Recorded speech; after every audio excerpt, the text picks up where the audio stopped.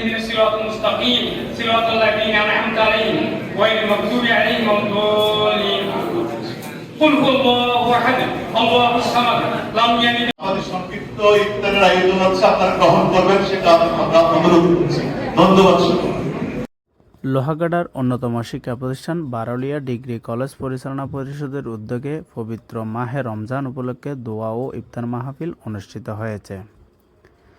শুক্রবার সন্ধ্যায় কলেজের হল রুমে এই দোয়া মাহফিল অনুষ্ঠিত হয়।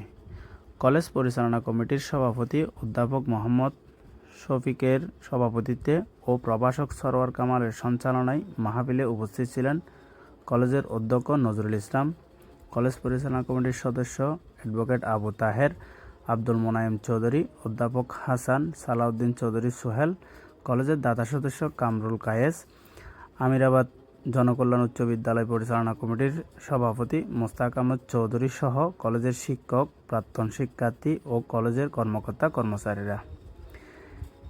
ইফতার ও দোয়া মাহফিল শেষে দেশ, জাতি ও মুসলিম উম্মার কল্যাণ কামনা করে দোয়া অনুষ্ঠিত হয় এবং অংশগ্রহণকারীদের মাঝে ইফতার পরিবেশন করা হয়।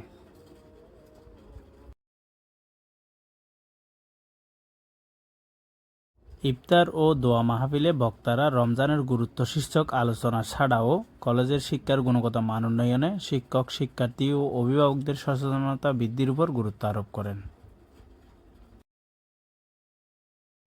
Desk report, Lohagara TV.